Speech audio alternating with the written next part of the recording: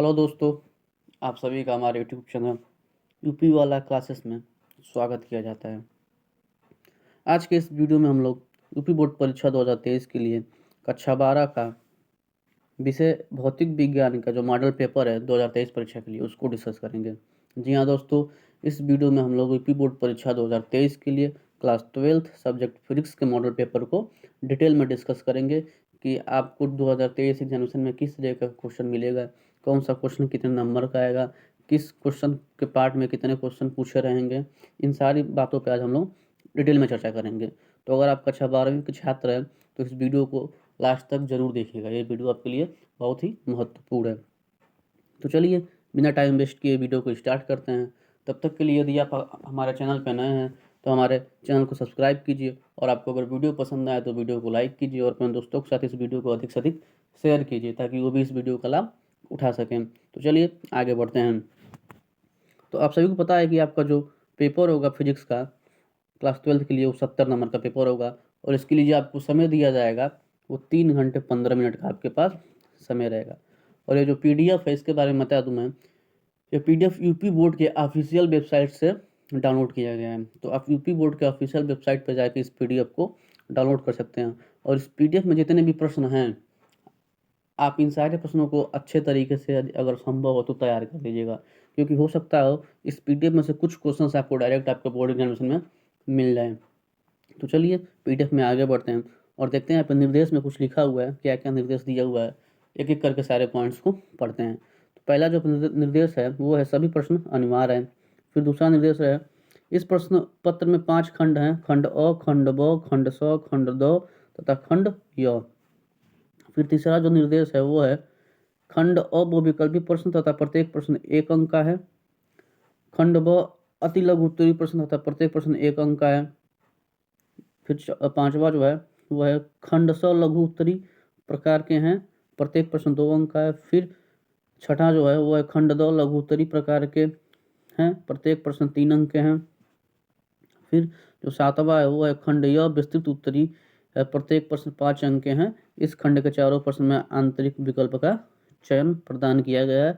ऐसे प्रश्नों में आपको दिए गए चयन में से केवल एक प्रश्न हल करना है या करना है। तो चलिए ये आपका कुछ जरूर निर्देश था। तो चलिए अब आगे बढ़ते हैं खंड अ की तरफ।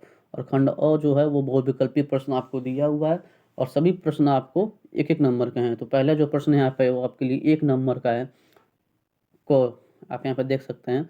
तो क्या प्रश्न है उसको पढ़ते हैं। निम्नलिखित में से किस वैद्युत चुम्बकीय विकिरण की तरंगदैर्घ्य निम्नतम है। तो आपको इसमें से जो भी सही होगा आंसर उसको आपको सेलेक्ट करके अपने कॉपी में लिखना है, और आपको 1 नंबर मिल जाएगा अगर सही हुआ तो। फिर जो ख है वो है एक गतिमान कण का संवेग p है, द्रव्य तरंग की तरंगदैर्घ्य होगी, ये भी 1 नंबर के लिए है। फिर जो तीसरा प्रश्न है वो कह रहा है किरचॉफ का प्रथम नियम किस संरक्षण पर आधारित है, ये भी 1 नंबर का है। फिर जो चौथा प्रश्न है घ वो भी कह रहा है पीएन संधि डायोड में उत्क्रम संतृप्त धारा का कारण है, केवल 1 नंबर। फिर अंग जो कह रहा है पी टाइप एवं एन टाइप में क्रमशः बहुसंख्यक वाहक होते हैं, ये भी 1 नंबर का है। तो इस तरह से आपका ये अंग हो गया। फिर चलिए चौ की तरफ चलते हैं। देखिए इसमें क्या कह रहा है। मीटर सेतु की तार निम्न में से किस धातु की बनी होती है, ये भी 1 नंबर का है। आपको जो इसमें से आंसर सही होगा इसको सिलेक्ट करके अपने कॉपी में लिखना है। अब चलिए खंड ब की तरफ देखते हैं जो अति लघु उत्तरीय प्रश्न है। और खंड ब में क्या कह रहा है। खंड ब जो क्वेश्चन नंबर 2 है ये भी इसमें भी प्रत्येक क्वेश्चन आपका 1-1 नंबर का है। आप यहाँ पे देख सकते हैं जो इसमें प्रत्येक क्वेश्चन पूछा है यहाँ पे 1 नंबर का सारा क्वेश्चन पूछा है। तो चलिए अब खंड ब में आगे बढ़ते हैं और देखते हैं खंड ब का जो पहला क्वेश्चन है वो क्या कह रहा है। तो खंड ब का जो पहला क्वेश्चन है वो है क्वेश्चन नंबर 2। और क्वेश्चन नंबर 2 में जो क क्वेश्चन है, क्वेश्चन नंबर क, वो है बामर श्रेणी की निम्नतम तरंगदैर्घ्य क्या है। इसको आपको लिखना है अपने कॉपी में उत्तर इसका, और ये 1 नंबर का है। फिर जो ख है वो है एक गोलीय पृष्ठ पर प्रकाश के अपवर्तन का सूत्र लिखिए, ये भी 1 नंबर का है। फिर जो ग है समस्थानिक का अर्थ एक उदाहरण देकर समझाइए, ये भी 1 नंबर का है। फिर जो घ है वो कह रहा है रेडियो एक्टिव किरण का विभेदन क्षमता के बढ़ते क्रम में लिखिए, ये भी 1 नंबर का है। फिर जो अंग है संधारित्र की धारिता को कैसे बढ़ाया जा सकता है, ये भी 1 नंबर का है। फिर जो च है कह रहा है एंड गेट के लिए लॉजिक प्रतीक बुलियन व्यंजक तथा इसकी सत्यता सारणी दीजिए, ये भी 1 नंबर का है। ये रहा आपका खंड ब। अब चलिए खंड 100 की तरफ बढ़ते हैं। खंड 100 में आप देख सकते हैं यहाँ पे जितने भी प्रश्न थे सारे प्रश्न एक एक नंबर के प्रश्न थे। अब चलिए खंड 100 की तरफ बढ़ते हैं। खंड 100 जो है वो क्वेश्चन नंबर 3 करके दिया हुआ है। क्वेश्चन नंबर 3 में जो है वो सारे प्रश्न कितने नंबर के यहाँ पे दे सकते हैं, 2-2 नंबर के सारे प्रश्न है। ठीक है, तो क्वेश्चन नंबर 3 का जो क्वेश्चन नंबर क है उसको देखिए क्या कह रहा है। वो कह रहा है, यहाँ पे पढ़िए कि वैद्युत फ्लक्स की परिभाषा तथा मात्रक लिखिए। ऋणात्मक वैद्युत फ्लक्स का क्या अर्थ है।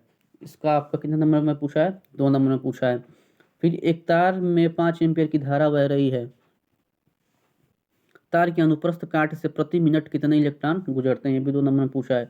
फिर जो ग है, हाइड्रोजन स्पेक्ट्रम में बामर श्रेणी की द्वितीय रेखा की तरंगदैर्घ्य रिडबर्ग नियतांक आर के पदों में ज्ञात कीजिए, ये भी 2 नंबर का है। फिर जो घ है, डी ब्रॉगली तरंगदैर्घ्य का व्यंजक ज्ञात कीजिए, ये भी 2 नंबर के। यानी जो क्वेश्चन नंबर 3 आपका पूछा है खंड 100 में, इसमें सारे क्वेश्चन आपके 2-2 नंबर के पूछे गए हैं। चलिए खंड 2 की तरफ बढ़ते हैं।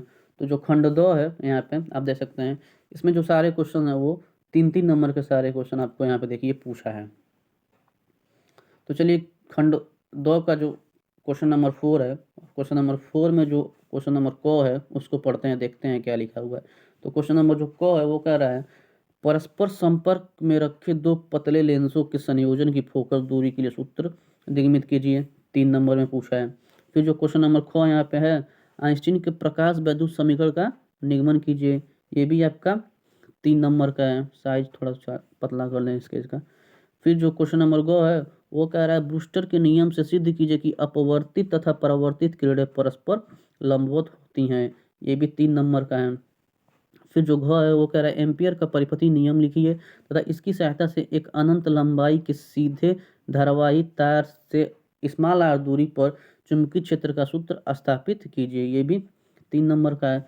अब चलिए क्वेश्चन नंबर अंग की तरफ बढ़ते हैं और देखते हैं क्या कह रहा है। तो क्वेश्चन नंबर अंग है यहाँ पे, वो कह रहा है कि एक कुंडली का स्वप्रेरण गुणांक 40 मिली हेनरी एमएच ब्रैकेट में दिया हुआ है, इसमें वैद्युत धारा 5 मिली सेकेंड में 2 एम्पियर से 12 एम्पियर हो जाती है। कुंडली में प्रेरित विद्युत वाहक बल ज्ञात कीजिए, ये भी 3 नंबर का है। तो ये रहा आपका क्वेश्चन नंबर 4। और क्वेश्चन नंबर 4 में क ख ग अंग करके आपका क्वेश्चन दिया हुआ था और प्रत्येक क्वेश्चन 3-3 नंबर का था आपका। अब चलिए क्वेश्चन नंबर 5 की तरफ बढ़ते हैं। तो क्वेश्चन नंबर जो 5 है यहाँ पे वो आप देख सकते हैं, कह रहा है, तो क्वेश्चन नंबर 5 का जो क है वो क्या कह रहा है, एक पतले समतल उत्तल लेंस की फोकस दूरी 20.0 सेंटीमीटर है तथा उसके पदार्थ का अपवर्तनांक 1.5 है। इस लेंस के उत्तल पृष्ठ की वक्रता ज्ञात कीजिए, कितने नंबर का है, ये भी 3 नंबर का आप यहाँ पे देख सकते हैं।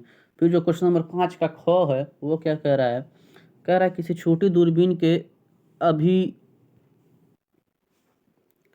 अभिदृश्यक की फोकस दूरी 144 सेंटीमीटर तथा नेत्रिका की फोकस दूरी 6 सेंटीमीटर है। दूरबीन की आवर्धन क्षमता कितनी है, अभिदृश्यक तथा नेत्रिका के बीच पृथक्कन दूरी क्या है, ये भी आपका 3 नंबर में पूछा हुआ है। अब चलिए क्वेश्चन नंबर ग की तरफ पढ़ते हैं। 5वां का ग जो क्वेश्चन है उसको देखिए क्या कह रहा है, कह रहा है एलईडी क्या है, परिपथ बनाकर इसके VI अभिलाक्षणिक को प्रदर्शित कीजिए, ये भी आपका 3 नंबर में पूछा है। फिर जो क्वेश्चन नंबर घ है 5वां का, वो क्या कह रहा है, किरचॉफ के नियमों को परिपथ चित्र बनाकर समझाइए, ये भी आपका 3 नंबर का है। अब चलिए आगे बढ़ते हैं। अब 5वां के जो क ख ग घ दिया था 3-3 नंबर का क्वेश्चन, अब उसके बाद अथवा करके दिया हुआ है घ के नीचे एक समतल, यहाँ पे आप देखिए क्या दिया हुआ है, एक समतल विद्युत चुम्बकीय तरंग में दोलित चुम्बकीय क्षेत्र By बराबर 8 इंटू 10⁻⁶, फिर इंटू साइन ब्रैकेट में दिया है 2 इंटू 10⁻11 t प्लस 300 पाई एक्स टेस्ला द्वारा दिया जाता है। तो इसमें आपको ज्ञात करना है, 2 प्रश्न दिया आपको इसमें फर्स्ट सेकंड करके ज्ञात करना है, विद्युत चुम्बकीय तरंग की तरंगदैर्घ्य ज्ञात कीजिए। फिर जो दूसरा प्रश्न पूछ रहा है इसमें दोलित विद्युत क्षेत्र का व्यंजक लिखिए, ये भी आपका 3 नंबर का है। ये आपको घ में अथवा करके दिया हुआ है, यानी जो क्वेश्चन नंबर घ यहाँ पे मैं आपको दिखा दे रहा हूँ। क्वेश्चन नंबर जो घ यहाँ पे आप दिए किरचॉफ का नियम, या तो आपको ये लिखना है 3 नंबर के लिए, या अथवा करके इस सवाल को हल करना है। इन दोनों में से सिर्फ किसी एक को हल करना है।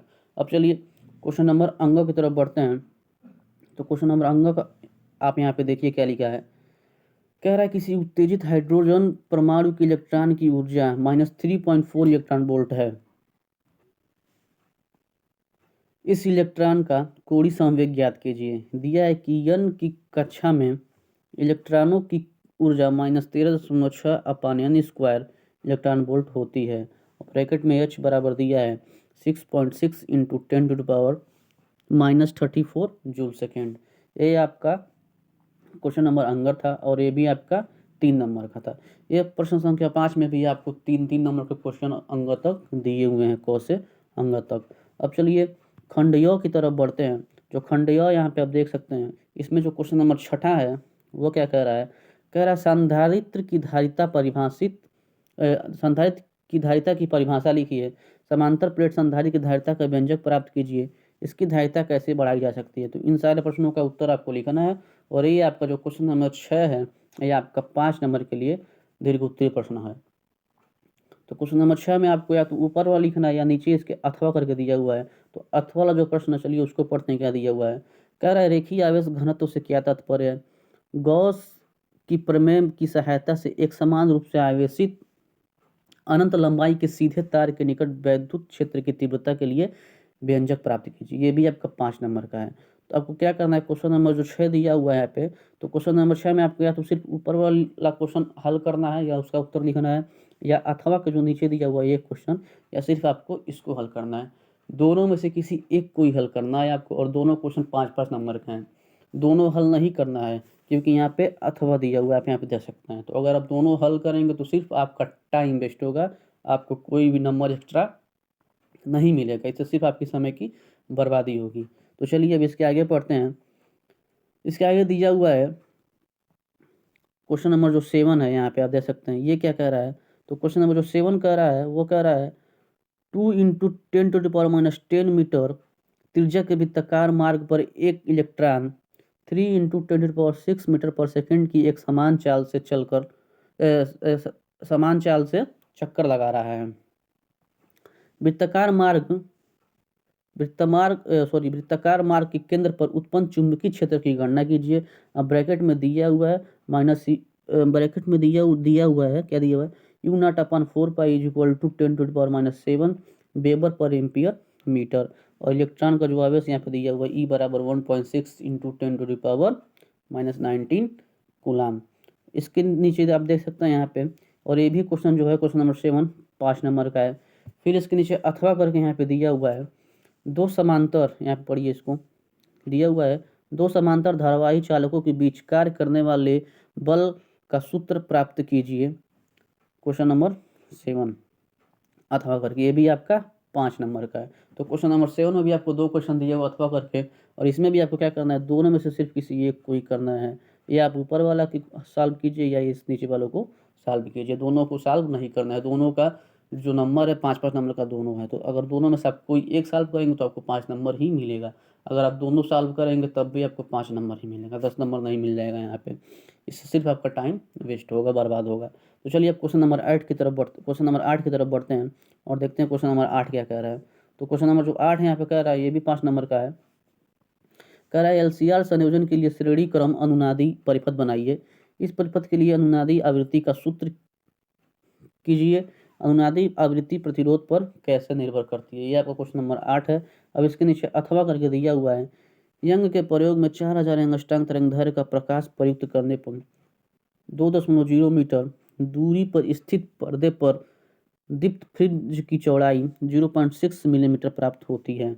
यदि पूरा उपकरण 1.5 अपवर्तनांक के द्रव्य में डुबा दिया जाए तो फ्रिंजों की चौड़ाई ज्ञात कीजिए। ये आपका रहा क्वेश्चन नंबर 8 का अथवा वाला क्वेश्चन। आप इन दोनों क्वेश्चन को अच्छे से देख लीजिए। दोनों जो है 5-5 नंबर के क्वेश्चन हैं यहाँ पर। और चलिए क्वेश्चन नंबर 9 की तरफ बढ़ते हैं और देखते हैं क्वेश्चन नंबर 9 क्या कह रहा है। तो क्वेश्चन नंबर जो 9 है वो कह रहा है एनपीएन ट्रांजिस्टर में वैद्युत चालन की क्रिया को समझाइए। इसमें आधार पतला क्यों होता है, क्वेश्चन मार्क। पीएनपी ट्रांजिस्टर की तुलना में यह अधिक उपयोगी क्यों है। ये भी आपका 5 नंबर का है, यहाँ पे आप देख सकते हैं। फिर इसके नीचे अथवा करके दिया हुआ है हाइगेंस की द्वितीयक तरिकाओं के सिद्धांत की विवेचना कीजिए। ये भी आपका 5 नंबर। यानी क्वेश्चन नंबर 9 में भी आपको या तो सिर्फ ऊपर वाला सॉल्व करना है या नीचे वाला सॉल्व करना है। दोनों क्वेश्चन 5-5 नंबर के यहाँ पे आप दे सकते हैं और दोनों में से सिर्फ आपको किसी एक ही को सॉल्व करना है। आप दोनों सॉल्व नहीं करना है क्योंकि यहाँ पे अथवा दिया हुआ है। मैं बार बार इस बात को कह रहा हूँ, जो बच्चे जानते हैं उनके लिए बहुत अच्छा है, जो नहीं जानते इस बात पे ध्यान देंगे। तो ये था यूपी बोर्ड परीक्षा 2023 के लिए कक्षा 12 सब्जेक्ट भौतिक विज्ञान का मॉडल पेपर। मैं उम्मीद करता हूँ कि आपको वीडियो पसंद आया होगा, आपको वीडियो जो मैं समझाने का कोशिश किया हूँ समझ आया होगा। तो अगर आपके लिए वीडियो हेल्पफुल रहा हो या आपको इससे थोड़ा भी कुछ भी हेल्प मिला हो, मदद मिला हो, तो वीडियो को लाइक कीजिए, हमारे चैनल को सब्सक्राइब कीजिए और अपने दोस्तों के साथ अधिक से अधिक इस वीडियो को शेयर करिए ताकि वो भी इस वीडियो का लाभ उठा सकें और हमको भी हमारे चैनल को भी आप सपोर्ट कीजिए। तो चलिए, तब तक के लिए धन्यवाद। मिलते हैं फिर किसी अगले वीडियो में किसी अगले मॉडल पेपर के साथ।